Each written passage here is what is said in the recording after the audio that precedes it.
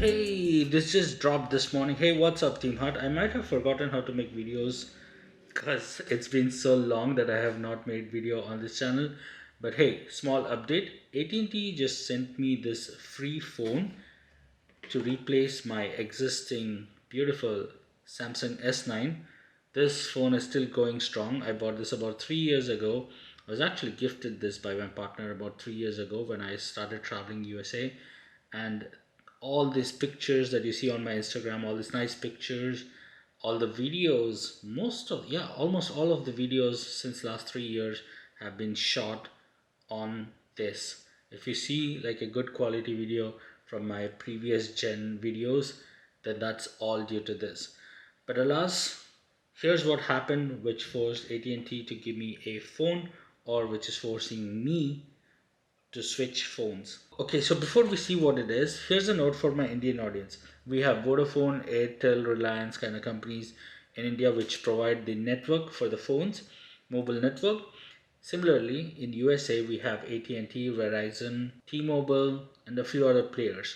So I'm on at&t. I use at&t. Everybody is moving to 5G. They've already moved to 5G. And what they're doing is they are killing their 3G infrastructure. So there won't be any more 3G signals within a few days. In fact, for at&t it has already started.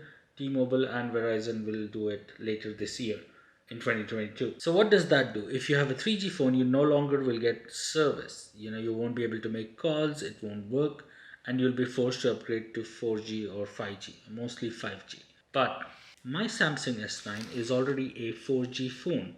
It also has 4G volt calling. So here's the problem I'm running into with my phone. I have to tell you that this is an unlocked phone, so it is not bought on a carrier or anything. We paid full price for this phone and it is unlocked, which means I don't have to depend on any carrier. I can switch from carrier to carrier without being locked to their plans.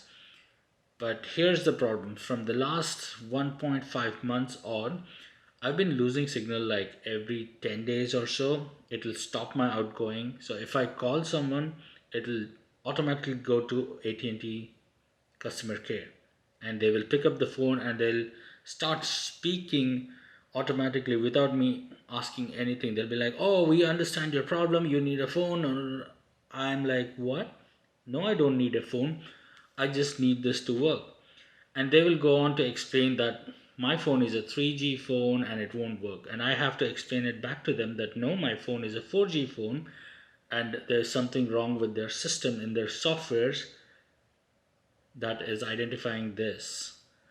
So after doing that multiple times and after escalating that, they finally figured out that their software has something which is identifying this as unsupported, despite this has all the capabilities. So now their solution was to put me on a phone that their software shows that it is supported, despite it is probably the same. They have S9s on there as supported, just not this model number. So Samsung has made multiple batches of this phone. This one comes from the very early batch when I think Samsung had just launched this phone, and within a month we got this. So that was not there, and now I think the latest S9 models they have supports it. So they offered me to give me an S9. The problem was those S9s that they had was 64 gigs only. And I use this phone for a lot of shooting. This in fact is a 256 gig phone, and back then you had to pay, and even now memory upgrade is like expensive. So these companies will sell you some basic memory phone. I think 128 is the base these days, and then you'll have to pay for a 512 like upgrade and all. So back then 64 was like the base, and to upgrade to a 256 you had to pay about $150 or something more. And I was not okay with it. I was like, I use the phone, despite I can put an extra memory card and this, there is difference once you use the phone like I do for video recording and all. You will notice the difference between storing on primary memory and storing on a secondary card. After after you've stored about 100 gigs on the card, then it'll start showing the difference in speed. So I wasn't all happy with that. I said, if you're gonna give me a same phone, you'd rather give me the same memory. I was okay with getting an S9 with the same memory and specs. And here's the point. Why do they have to even do this? Why can't they say, hey, your phone's not supported, go screw yourself and go buy a new phone or buy one of our planned phones? The problem is here in USA, things probably run very differently. USA outside the world, it is known to be a country where people sue each other very easily. And if I have a phone that works and a carrier cannot make it to work and they somehow fail to support it, it'll probably cause them more legal issues than the money they would lose by giving out free replacement phones to everyone. There's also another catch, that is that this replacement phone that I got, now I have to stay with at&t for at least 6 months. So no longer am I like a free wolf, free bird with my unlocked phone. So now let's look at what's inside, because this will answer what did I do about that memory issue. Like, I didn't want a 64 gig phone, even if it was expandable memory. The next best thing they could get me, obviously they're not going to offer me a S20. If I had an unlocked S20, they would have. But when you call from this phone, it gets registered over there. It shows up which model you're calling from. So people who have an S20 already, if you're calling, I guess you won't have a problem. It probably shows up in their list as a supported phone. Mine, I don't know what happened. So the next best thing that they could do is give me an S10e.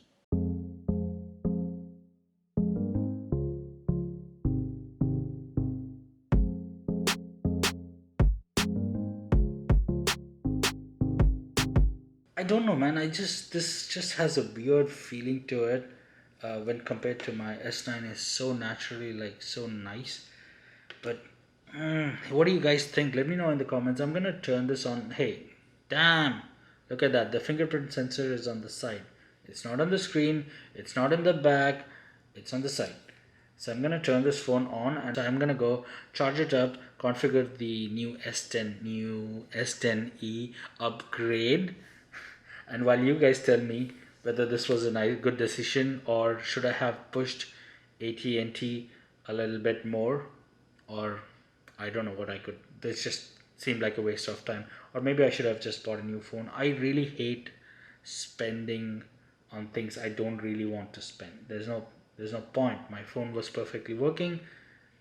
It should have been perfectly working. It has got 4G. It's got Volt. Fuck you, at&t. Alright, you guys tell me in the comments and hopefully I'll feel better. And let's also hope that I get back into my groove of making videos. So with this, adios. See you in the next one. Over the next few days, I noticed I was missing out quite a few options and nice features from my S9. The first and the very obvious one was a higher DPI display.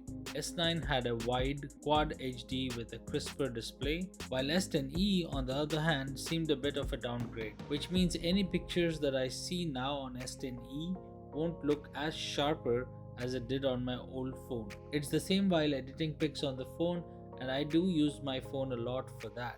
The S10e front camera, while sharper, had a yellowish tint in low light conditions. However, in the daylight, it made the light yellow shades whiter. Sometimes this is good, sometimes this is bad. One good thing though was that the sky color was now correct, while on my old phone it was a bit of an oversaturated blue. I also gained the ultra wide angle lens, which was missing from my old phone, so I'm hoping to put that to good use on my motorcycle trips to capture more scenery in this shot.